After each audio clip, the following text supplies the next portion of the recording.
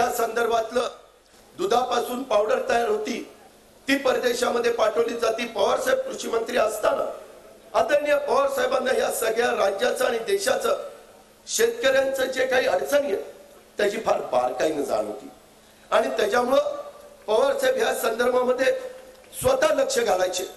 एक्सपोर्टच्या बद्दल काय केलं पाहिजे, इम्पोर्ट ड्युटीच्या बद्दल काय केलं पाहिजे, काय केलं म्हणजे माझ्या शेतकरी उत्पादकाला पण परवडेल आणि माझा मोठ्या प्रमाणावर जो ग्राहक आहे त्यालाही त्या ठिकाणी मदत होईल असा दोन्हीचा समन्वय साधण्याचा प्रयत्न हा अनेक वर्ष पवार साहेबांनी केलेला बारामतीकरांनी बघितला, उभ्या महाराष्ट्राने बघितला आणि त्याच्यामुळं आता तर पवार साहेब तिथं नव्हते, त्याच्यामुळं तिथं सांगणार कोण, आपले प्रश्न समजून घ्यायला तिथं वाली कोण, कुणी तिथं नाही।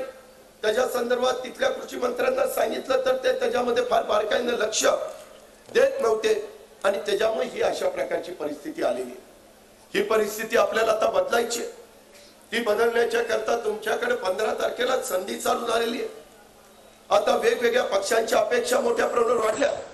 भारतीय जनता पक्ष देशामध्ये सरकारमध्ये असल्यामुळं आज देशाचे पंतप्रधान सातत्याने महाराष्ट्राच्या विधानसभेच्या प्रचाराच्या निमित्ताने येत आहे, प्रचार करताय।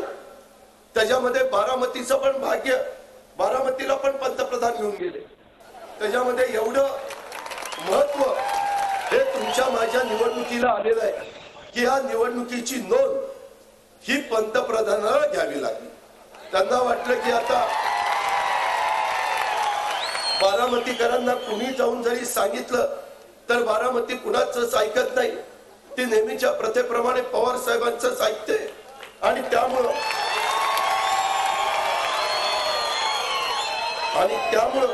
आपण स्वतः जाऊन त्यांना सांगण्याचा प्रयत्न करावा आणि त्या प्रकारे ते आले। साहजिकच कुणी बारामतीमध्ये आलं तर आपण त्यांचं स्वागतच करत असतो। शेवटी लोकशाहीमध्ये प्रत्येकाला कुठल्याही भागामध्ये जाऊन स्वतःची मतं, स्वतःचे विचार हे सांगण्याचा अधिकार आहे।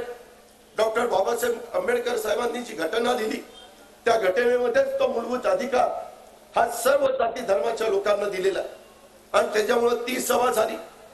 परंतु तुम्ही सगळ्यांनी त्या सभेमध्ये काय काय झालं हे पाहिलेलं आहे।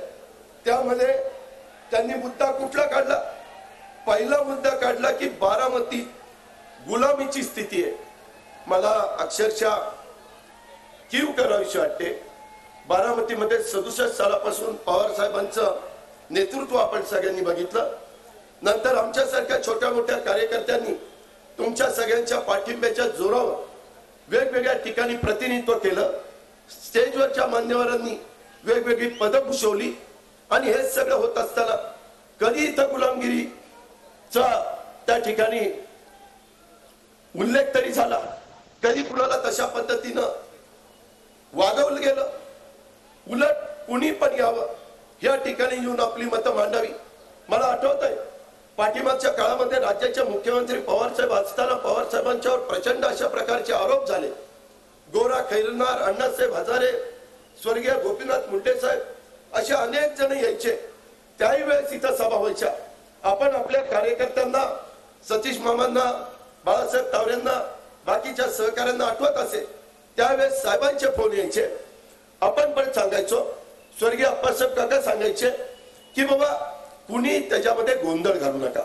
मला आठवत आहे एकदाच एका सभेमध्ये गोंधळ झाला होता, तो म्हणजे यशवंतराव चव्हाण साहेबांची सभा दाणे बाजार आपला जुना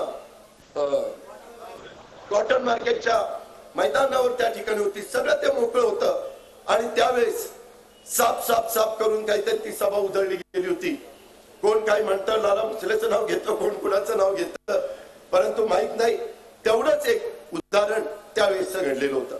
परंतु त्याच्या नंतर कधी बारामतीमध्ये कुठल्याही नेत्याची सभा ही ऐकून घ्यायची, जर फारच कुणाला ते ऐकावंसं वाटतच नसेल आणि त्यांना संताप येत असेल, राग येत असेल, त्यांना त्या ठिकाणी सहन होत नसेल तर त्यांनी सभेला जाऊ नये।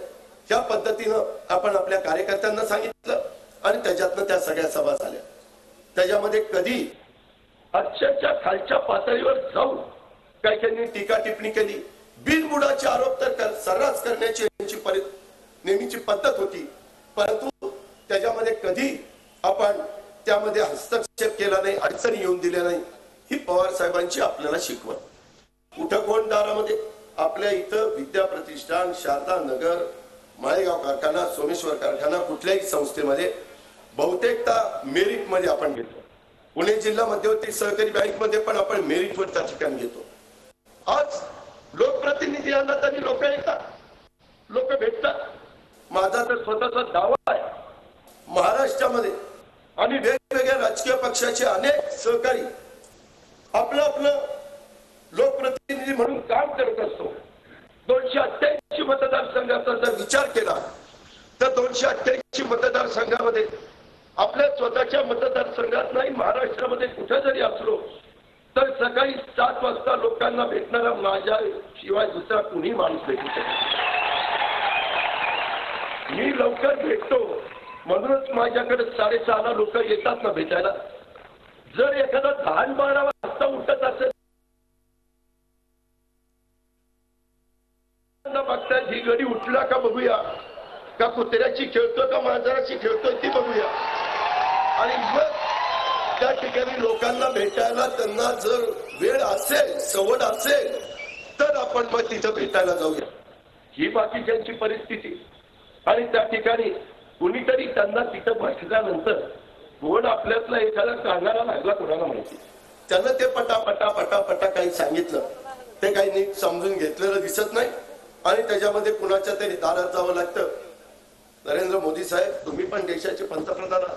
आज देशाच्या पंतप्रधानांचं जे घर आहे त्या ठिकाणी खरं तर लोकांनी तुम्हाला भेटायला पाहिजे, पण तुम्ही तिथं कुणाला भेटूनच देत नाही. झी 24 तास रहा एक पाऊल पुढे.